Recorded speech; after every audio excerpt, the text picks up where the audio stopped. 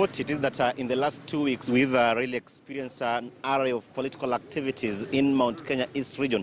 It's just a continuation of the political activities that have been experienced in the past 2 to 3 months. It all began with the coronation of Speaker of the National Assembly, Justin Muturi, as the spokesperson of the Mount Kenya region, that really unsettled the political kingpins of Mount Kenya. You saw even the mushrooming of several political parties, and so we've seen the two co-principals in the One Kenya Alliance, that is Musalia Mudavadi of ANC and Wipers, Kalonzo Musyoka, just coming to these counties of Mount Kenya East. We saw last week on Tuesday, Kalonzo Musyoka was meeting the governor of Kirinyaga, Anne Waiguru. We saw he met the Embu governor, Martin Wambora, and then proceeded to Tharaka Nithi, where he met Governor Muthomi Njuki. And this clarion call was for them to rally behind this next year's presidential bid. And also on Saturday and yesterday, Sunday, we saw the ANC party boss, Musalia Mudavadi, paying a courtesy call on the governor of Meru, Kiraitu Murungi. Of course, he's a key political figure in this region. And so the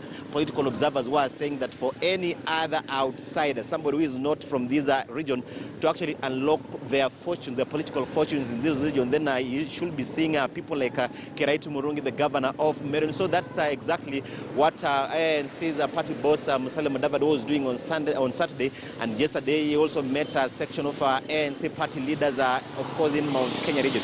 We also saw the ANC party also picking their Secretary General for Mount Kenya region, that is Simon Kamau, whom they are actually saying that will be quite vital and pivotal in their quest to actually dangle their bait in the Mount Kenya region. You also saw Musalia Mudavadi just pledging to ensure that he revitalizes the Miraa sector that's actually been losing its glory, because remember that it's been the green goal in this region. But because of the shrinking market, of course, the foreign market, the Miraa farmers have been really crying foul. But remember, yes, Kiraitu Murungi, the governor of Meru, might have met Musalia Mudavadi, the ANC party boss, but 3 weeks ago, he met Raila Odinga of the ODM party in Nairobi, where he actually tagged along with professionals from Meru and a section of politicians, of course, elected leaders here. And there was word that they had actually reached a deal to ensure that Kiraitu Murungi and, of course, the Meru fraternity supports Raila Odinga's presidential bid. But with recent remarks again, he's saying that they will be inviting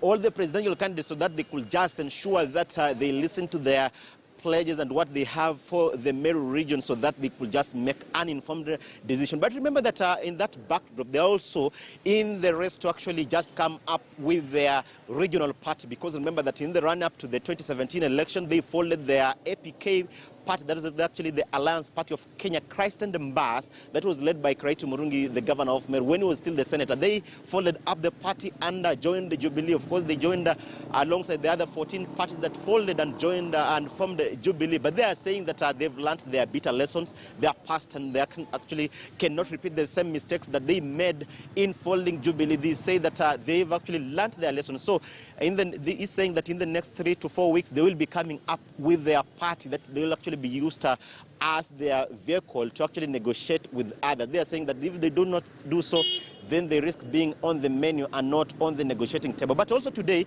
we are expecting the agriculture CS Peter Munya here in Kiagu Ward here, because remember, next month they will be having by-election in Kiagu Ward, and we've seen Governor Kiraitu Murungi, we've seen CS Peter Munya is fielded a candidate there with his PNU party. He's saying that he's not fielding a candidate, but will be supporting the Jubilee party candidate. So he's coming here to campaign for the Jubilee candidate, because he's not really in good political terms with the local governor here, Kiraitu Murungi, and also not in good political terms, of course, with the UDA party leader, that's Deputy President William Ruto. So he's saying that he'll be fielding his own, he'll be supporting the Jubilee candidate. But remember that also Chama cha Kazi has fielded their candidate. Remember, Chama cha Kazi, led by Moses Kuria, is actually in a political marriage with the UDA party, actually under the umbrella of the Hustler Nation. And so we are expecting an array of political activities here in the run-up to their launching of their political party here in Meru. And so Mount Kenya East is saying that he's actually drifted away from Mount Kenya West, because saying that when the coronated Speaker Justin Muturi as their spokesperson, they actually, in their own words, say that their brothers from Mount Kenya West behaved badly.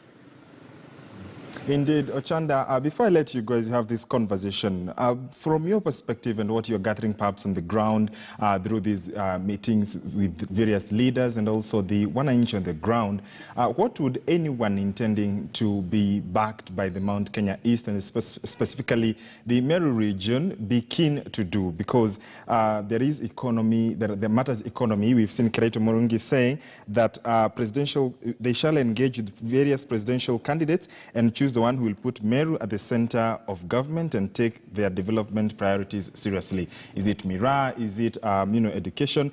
What would be some of those things that perhaps anyone who intends to have the Mount Kenya East region back them do as a priority?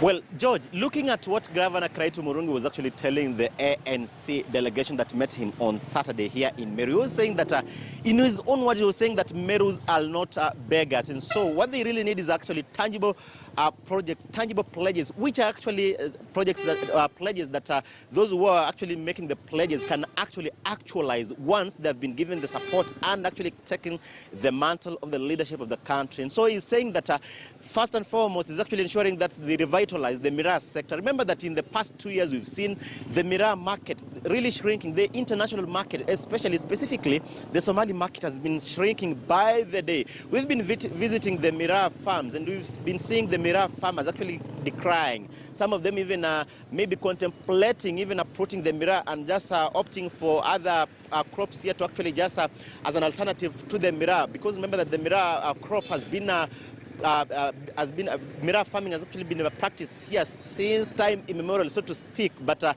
now that the presidential candidate is actually trooping to Meru, Governor Kirito Murungi is actually telling them to ensure that they work on infrastructure, agriculture, and any other tangible projects and pledges. Because remember that he was saying in his own words, he said that there is nothing like permanent enemy, like nothing like permanent friends, but permanent interest. And so he's saying that anybody that the Meru region will actually now be reaching out to ensure that they support in next year's presidential race is somebody that they actually have actually bought his or her idea in as far as the pledges they make to the Meru region. So what is actually essentially saying is that they will be actually giving their support to the presidential candidate that will actually be convincing them in as far as the political pledges. And of course, speaking to these, actually saying that tangible pledges, tangible pledges, tangible projects, what they actually see that can actually be actualized after next year's presidential polls. Ochanda, very finally, now the Methodist Church, which is a church that is dominant in the Meru region, we did see over the weekend say, and I quote, as Methodists, they are not banning politicians from addressing our congregants. They are our brothers and sisters, and let this not be used to favor some politicians who are depriving others a chance to address our people. That is by the presiding Bishop Joseph Ntombura. What is the discussion as we wind up on this whole issue of politicians speaking in churches and addressing congregants?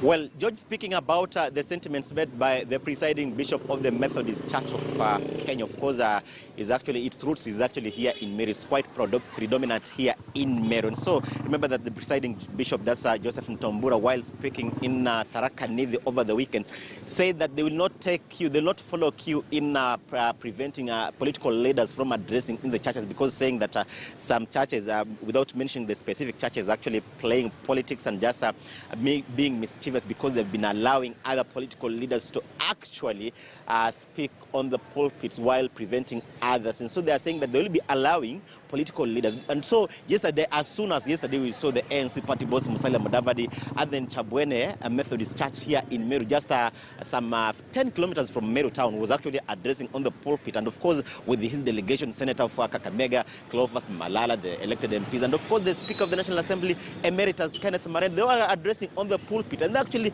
selling their bid on the region of Meru. And also on Sunday, we are expecting the Deputy President here in Meru. He'll be at the SEK Kinoru here in Meru, where they'll be actually consecrating a new bishop for the Meru region. Because remember that maybe we could be expecting, of course, we're expecting the Archbishop of the SEK Church, that's Joseph Ole Sapit, and maybe we could be expecting that he'll stop the DP from actually speaking in the church. But maybe as the deputy president, he will be allowed, but not to politic, because remember yesterday he spoke in a church in Nairobi, in Githunguri, Kiambu County, but he never politicked. And so we're expecting that he'll be here on Sunday at the SEK Church in Kinoru during the consecration of the new bishop of the SEK Kinoru here in Meru. But as far as the talk of political leaders addressing on the pulpits, it's for different churches, because remember it was first taken trailblazed by the SEK Church, and then the cue was taken by the Catholic Church, but the evangelical churches have been quite cagey on allowing political leaders. Some have been allowing them, some have not been allowing them. Indeed. Alan Ochanda, our reporter based in